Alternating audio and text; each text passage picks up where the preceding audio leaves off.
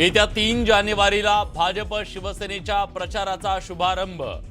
मुंबईतील वरळी डोममध्ये 3 जानेवारीला पहिली प्रचार सभा। फडणवीस आणि शिंदे राहणार उपस्थित।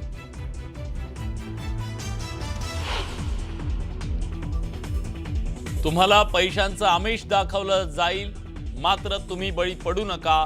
मलाही आमिष दाखवण्यात आली, पण मी बाजूला सारली। तर बोगस मतदार सापडल्यास तिथेच फटकावून काढा। राज ठाकरेंचा उमेदवारांना कानमंत्र। नाशिक भाजपमधील अंतर्गत वाद पुन्हा चव्हाट्यावर। भाजप शहराध्यक्ष सुनील केदार यांना कार्यकर्त्यांचा घेराव। निष्ठावंत कार्यकर्त्यांना उमेदवारी न मिळाल्यानं कार्यकर्ते आक्रमक। राज्यभरातील भाजप बंडखोरांची समजूत मुख्यमंत्री देवेंद्र फडणवीस काढणार। पक्षानं उमेदवारी न दिल्यानं अनेकांची बंडखोरी। बंडखोरांमुळे भाजपची डोकेदुखी। उद्धव ठाकरे घेणार राज ठाकरेंची भेट। दुपारी 4 वाजता उद्धव ठाकरे शिवतीर्थवर जाऊन घेणार भेट। महापालिका निवडणुकीच्या तोंडावर काय चर्चा होणार याकडे लक्ष। विधानसभा अध्यक्ष असल्याचा राहुल नार्वेकरांना विसर। त्यांनी राजकीय कार्यक्रमात सहभागी व्हायचं नसतं, ते निष्पक्ष असतात। संजय राऊतांचा नार्वेकरांना टोला।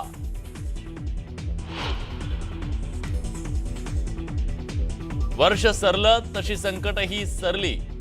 संकट ओढावलेली नसून जाणीवपूर्वक आली होती।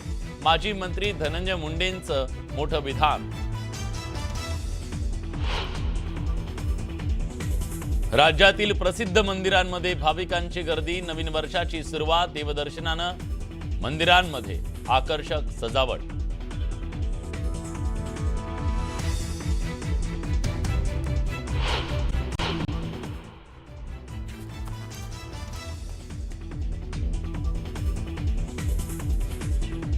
येत्या 3 जानेवारीला भाजप शिवसेनेच्या प्रचाराचा शुभारंभ। मुंबईतील वरळी डोममध्ये 3 जानेवारीला पहिली प्रचार सभा। फडणवीस आणि शिंदे राहणार उपस्थित।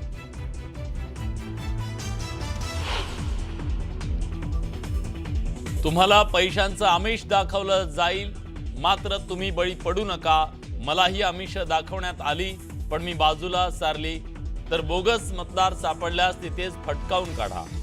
राज ठाकरेंचा उमेदवारांना कानमंत्र। नाशिक भाजपमधील अंतर्गत वाद पुन्हा चव्हाट्यावर। भाजप शहराध्यक्ष सुनील केदार यांना कार्यकर्त्यांचा घेराव। निष्ठावंत कार्यकर्त्यांना उमेदवारी न मिळाल्यानं कार्यकर्ते आक्रमक। राज्यभरातील भाजप बंडखोरांची समजूत मुख्यमंत्री देवेंद्र फडणवीस काढणार। पक्षानं उमेदवारी न दिल्यानं अनेकांची बंडखोरी।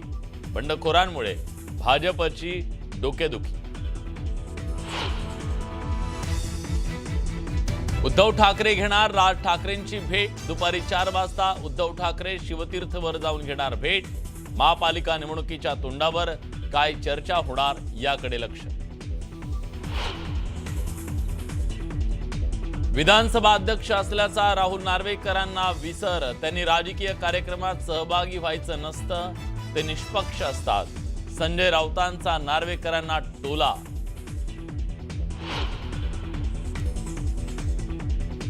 वर्ष सरलं तशी संकटही सरली। संकट ओढावलेली नसून जाणीवपूर्वक आली होती। माजी मंत्री धनंजय मुंडेंचं मोठं विधान। राज्यातील प्रसिद्ध मंदिरांमध्ये भाविकांची गर्दी। नवीन वर्षाची सुरुवात देवदर्शनानं। मंदिरांमध्ये आकर्षक सजावट।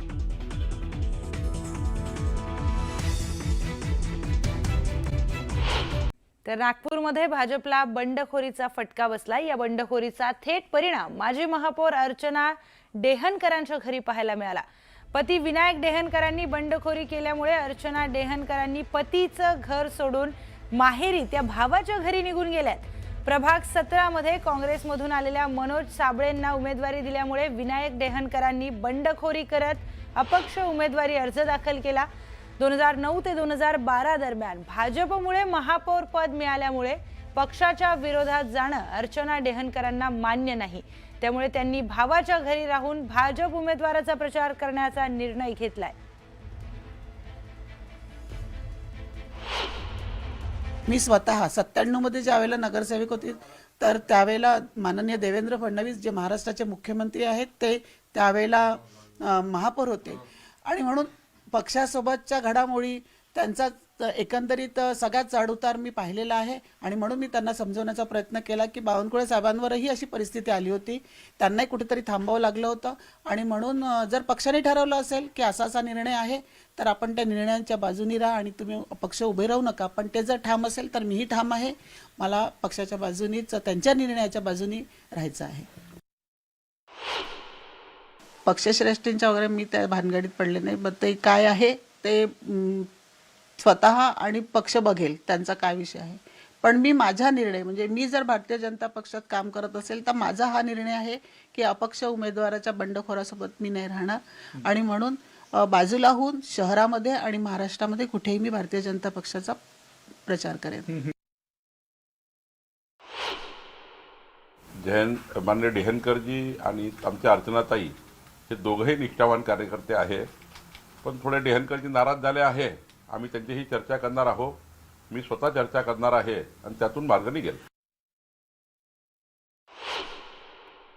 या सर्व अपक्ष लढलेल्या भारतीय जनता पार्टीच्या कार्यकर्त्याशी नेत्याशी चर्चा आम्ही सर्व करणार आहोत आणि मला विश्वास आहे की आमचे कार्यकर्ते काही काळापुरते जर नाराज झाले असेल तर पुन्हा एकदा पक्षाचं काम करतील.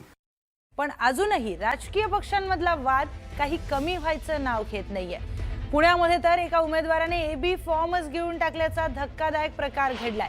मिळालेल्या माहितीनुसार एकाच प्रभागात पक्षाकडून चुकून 2 उमेदवारांना एबी फॉर्म देण्यात आले. यामुळे शिवसेनेचे उमेदवार उद्धव कांबळे आणि मच्छिंद्र ढवळे यांच्यात जोरदार वाद झाला. या वादादरम्यान उद्धव कांबळे यांनी मच्छिंद्र ढवळे यांचा एबी फॉर्म हिसकावून घेतला आणि तो फाडून गिळून टाकल्याचा प्रकार घडलाय. अखेर पोलिसांनी हस्तक्षेप करत परिस्थिती नियंत्रणात आणली. निवडणूक प्रक्रियेमध्ये गोंधळ घातल्याप्रकरणी आणि सरकारी कामात अडथळा आणल्याप्रकरणी उद्धव कांबळे यांना पोलिसांनी ताब्यात घेतलंय. या प्रकरणी भारती विद्यापीठ पोलीस ठाण्यामध्ये उद्धव कांबळेंविरुद्ध गुन्हा देखील दाखल करण्यात आलाय.